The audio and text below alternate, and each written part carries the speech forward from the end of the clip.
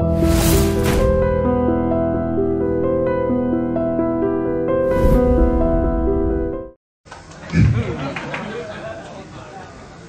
మాటలో చెప్పడం చాలా కష్టం తారక్ గారి గురించి. ఇప్పుడు వచ్చే ముందు ఒక చిన్న గెట్ టుగెదర్ ఉంది తారక్ గారితో. ఫోన్ చేసేసారు, ట్రాఫిక్లో ఉన్నాను, ఇటు వచ్చేయమంటారా, ఫ్యాన్స్ ఒక చిన్నది పెట్టారంటే ముందు అటు వెళ్ళేసి వచ్చే బాబీ అన్నారు. సో ఇప్పుడు ఇందాక చూస్తున్నాను ఒక్కొక్కటి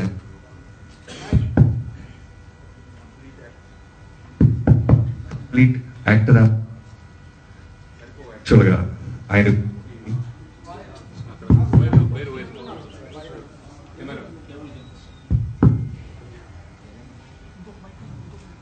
నిన్న ట్వీట్ చేయడానికి షూటింగ్ నుంచి వెళ్ళి నేను చాలాసేపు ఆలోచించాను.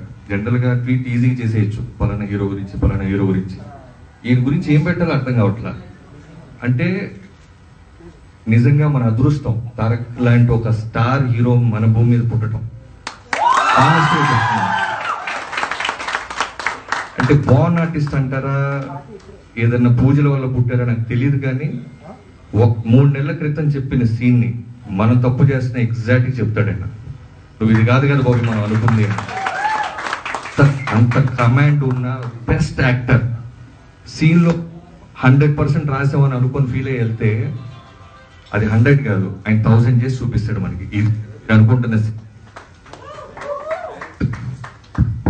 సో డైరెక్టర్స్ ఎవరికైనా సరే తారక్ గారితో చేయటం అనేది మామూలు విషయం కాదు, చాలా గ్రేట్ అచీవ్మెంట్. స్క్రిప్ట్ని నమ్మినంత ఆయన నేను ఎప్పుడు చూడలేదు ఇప్పుడు దాకా. బెస్ట్ డాన్సర్ అంటారు ఆయన్ని, బెస్ట్ డాన్సర్ ఒకటే కాదు, బెస్ట్ పర్ఫార్మర్.